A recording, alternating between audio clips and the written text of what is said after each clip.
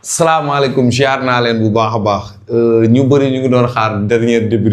débrief sur la CAN en général jot na asalaamaaleykum bienvenue dans le dernier débrief de la CAN avec Yaya en compagnie de la Sénélec. Tout d'abord nañu remercier Sénélec ñoom ñoo ñu accompagné woon durant la CAN et ça s'achève aujourd'hui. Merci beaucoup à la Sénélec ngeen mayal ma leen kër. Nous sommes au terme de la CAN football nañ CAN bi ba mu jeex. L'heure est au bilan am na lu xew ñu ngi feetu c'est bien Sénégal football na 7 matchs 3 matchs de poule 4 matchs phase second tour bi ba final. On a marqué 13 buts on a encaissé 2 on est champion c'est bien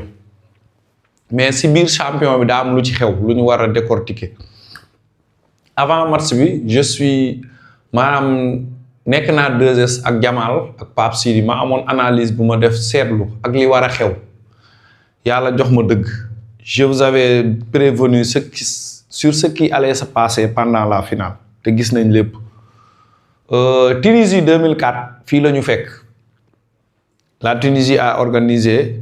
la CAN 2004 am lu fi xew ba mu jël ko. On a retenu qu'une seule chose mooy que Tunisie jël na CAN bi. ñun ñoo fi nekk di fàttaliku naan sàcc nañ ñu jaar nañ ñi terrain bi amoon na brouillard et cetera. Égypte 2006 sàcc nañ ñu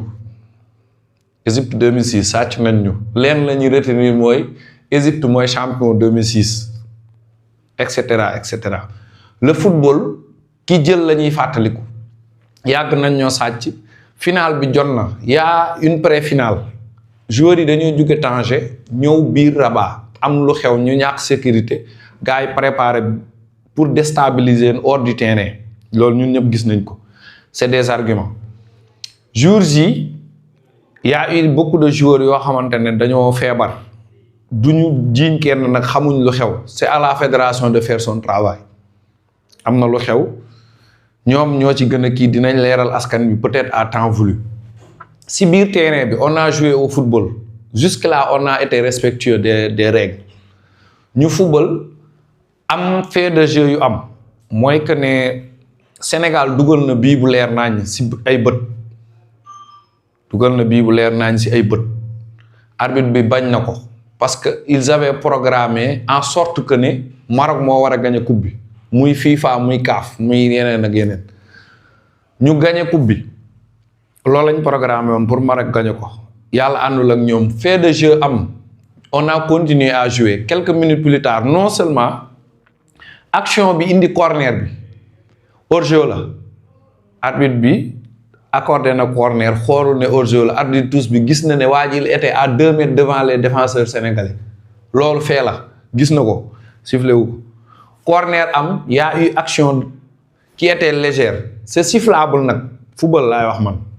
Sénégalais la mais football la c'est sifflable dans une surface parce que loolu la ñuy wër action nit buy sàcc day xaar ba nga ubbil ko mu sàcc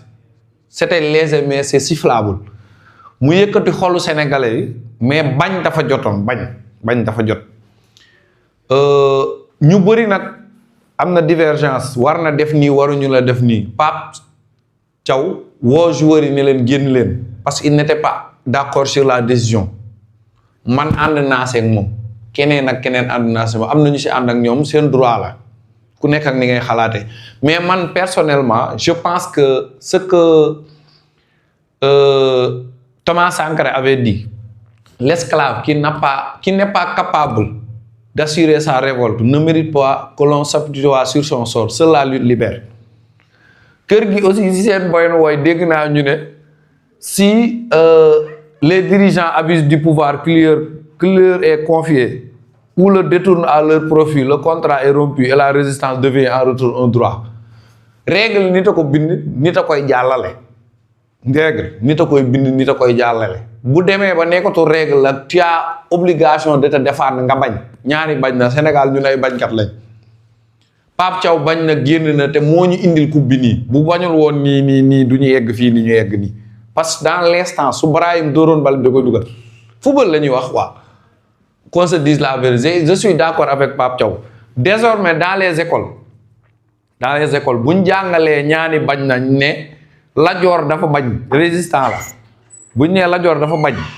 ne Alboury dafa bañ dañu war a wax ni Pape Thiaw aussi dafa bañ dañ ko war a jàngale dans les écoles parce que lii dafa war a jeex déjà FIFA musuñoo respecté et duñu mus a respecté FIFA musuñoo respecté te duñu mus a respecté déjà ñàkk respect weesuwul ngay tourmenté tey nga ne Afrique na football juin suba nga ne na football juillet ginnaaw suba nga ne na football janvier tey na football 2012 na football 2013 ils nous n'ont jamais respecté musuñu ñoo respecté CAN mooy seule compétition boo xam ne à 3 jours de la CAN ngay libérer joueurs yi am 3 jours de préparation CAN rek la am Amérique latine xalaatu ko faa def CAN rek lañ koy def ils ont des pions mooy Mostepe moomu noonu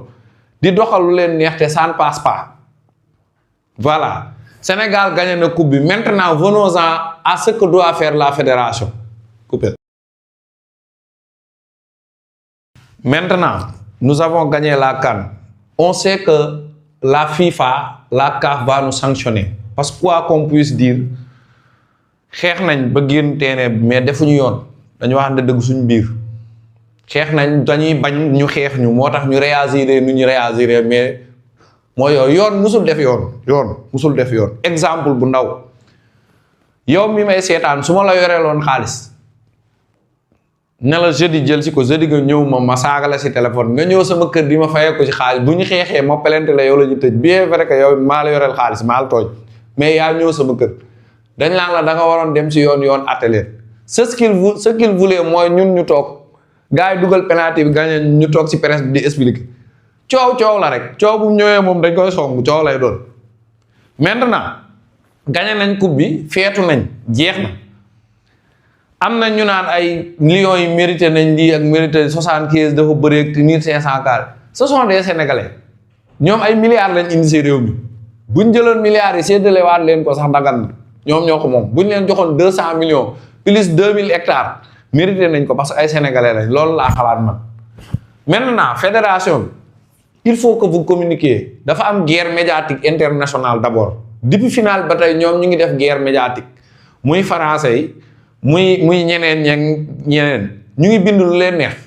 yéen aussi vous n'avez pas communiqué faites bi jeex na faites votre travail vous avez les dossiers qu'il faut am ngeen vidéo yi qu'il faut y a des supporters retenus au Maroc xam ngeen que vous en êtes conscient gouvernement peut-être xam nañ li ñuy def diplomatie yi ñoo ko gën a maîtriser nañ dem lijjanti ji supporter fédération bi am ngeen vidéo am ngeen ay arguments yi leer nañ amoo leen sécurité jour bi ngeen jógee Tanger ngeen ñëw dossier la stagiaire yuy sàcc serviette image yaa ngi fi dossier la Hakimi mi jël serviette di ko sànni dossier la Saybari mi ñëw fii di déconcentré nu mu tuddati Mendy dossier la vous avez suffisamment quelque chose pour vous défendre faire le max communiquer ngeen dem défendre Pape Thiaw lu ñu ko mënta aj garaaw bu ñu ko ajoon 20 ans sax ñun sénégalais yi moom la ñu am na s'il le faut ñu ket defaral ko nous sommes sénégalais nous devons être ensemble nañ ko waxtaanee suñu biir bu ñu xamee ne diw daa tooñ sax nañ ko jàppale ba keroog ñu buñ nekkee suñu biir nag ñu soog a waxante dëgg bu loolu weesoo lii nag gouvernement bi laa interpellé ministère de l'intérieur ministère de la justice premier ministre nous avons fait 2 mondiales nous avons fait 3 finales sur 4 éditions ay milliards ñoo dugg ci réew mi bu ñu waxantee dëgg milliards yooyu noonu reflété wul ci football Sénégal déjà Léopold dañ ko tojoon 2017 ba 2025 mu ngi nii homologué wuñ ko du yoon côté infrastructure gisuñu ci milliards yi mu dugg ci sport côté club bu Sénégal yi gisuñu seen bopp milliards yooyu faites un audit wala une audit du moins lu tubaab wax moo xam def leen audit ngeen xool fi milliards yi dugg ba xam njëriñ na Sénégal ak milliards yi ñëw fii ngeen utiliser ko à bon escient mu sportu Sénégal gis ci bopp peuple Sénégal gis ci seen bopp loolu rek laa leen di ñaan fédération vous avez suffisamment de choses pour vous défendre loolu rek lañ amoon lu ñu leen wax jeex na fête bi jeex na préparer un dossier solide pour jàppale Pape Thiaw ak ñeneen ñu war a suspension Algérie wàcc na déjà ñun ñoo ci des te Infantino ñun ñëpp xam nañ ne ba xaalis lay topp gëmul dara Mostepe buuru Maroc bi koo xam ne yéenewu la sax jël coupe jox la kooku jarul bëgg. Préparez un solide dossier, préparez-vous. Pour tëj ministre du tourisme idée la rek quoi idée dof je l'ai partagé aujourd'hui ak sam benn copain guide touristique ñu ci doon waxtaan.